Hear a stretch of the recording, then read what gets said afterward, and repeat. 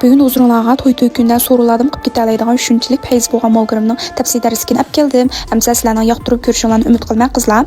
Eng avval yuzimizga so'lan berib olamiz. Anan keyin metun taqash unutib qolmanglar as. Metunlarni taqab so'lan berib olgandan keyin mushundaq teti shon bo'lamdi, jinxo shon bo'lamdi. Yuzimizga kafin bo'lgan yalak berib olamiz. Berib olgandan keyin fangshaylarimizni yana o'xshashlan fangshayni unutib qolsak bo'lmaydi. Anan buga ishlatgan men bo'lib qolsam qizlar chehrining birinchi nomerlik bilan ikkinchi nomerlikni aralashtirib ishlatdi.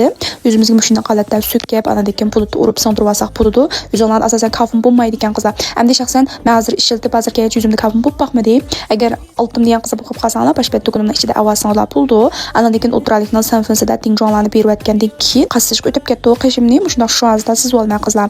Endi bu qishimni o'zidan bo'lgandan keyin qashqalam siz hajisiz. Qishimizni sizib chiqarib olgandan keyin mushda cho'tkada bir qatam shuali qo'yib, anadan keyin rameykalarni berib olamiz.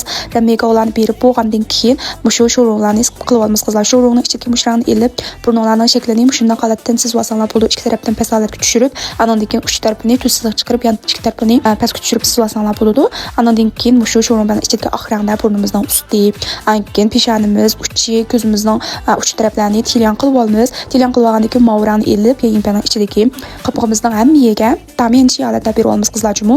Mushu ustidagi qishonlarning suyaklab, kumoshlarga berishlar. Anadan keyin bunday bir qog'ozda mushunday holat qilib, yana mavrani ilib, quyruq tarafga pasanglar bo'ldi. Bunday holatda kirmanglar boshqaga yeyilib ketmaydi, bir xil pakiz chiqadi. Anadan keyin cho'shan ilib, mavu findan shu holatda sizib chiqarib olamiz. Sizib chiqarib olgandan keyin sho'rpaning ichidagi oxirida ustiga dadi qilib o'tib, anadan keyin mavu paqraqni mushtadining ustiga beramiz. Anadan keyin chayziran paqraqni mush o'ttirib pasanglar bo'ldi qizlar. O'ttirib berib, balki oldiga azroq yeyib pasanglar. Dastlabki paga oq paqraqlar aralashib mushqildan chiqadi. Anadan keyin mushu yenshanbida ne yenshalarimizni sizib chiqarib olamiz. Chiqarib olgandan keyin cho'tkada azroq yenjo chiqarib o'tdim qizlar. Yenjo chiqarib o'tgandan keyin anadan keyin qarsam o'salan sizmabdi. Men anadan keyin miyada deb sharjlar sizib ketib borman. Sharjni bugun bir xil qaram to'lroq rangda sizdim qizlar ko'rib tursanlar bo'ldi shunchalik payz ketdi. Anki o'salarimizni sizib, mushu yana o'xshashlam oxirida tilyan qilib olamiz. Tilyan qilib olgandan keyin yana bir tal cho'tkada mushu yengpanning quyruq tarafini yana bir qatam tilyan qilib olamiz. Bunda vaqtida bir xil pakiz holati chiqadi qizlar. Anadan keyin yenshanlarni sizib ketdik. Yenshan sizmish shunchalik o'ng'ay qizlar. Mushu yengning o'rnidan sizlablam, iznalablam sizlasanglar bo'ladi. Anadan keyin kirpiklarimizni egib, laklarimizni berib olgandan keyin ostiga ustiga reklarimizni berib olgandan keyin bugun mavu kirpikni chaplaymiz qizlar. Kirpiklarimizni chaplab bo'lgandan keyin sayxon urishga boshlab ketdik. Sayxonni mushu suyak tarafga ursanglar bo'ladi.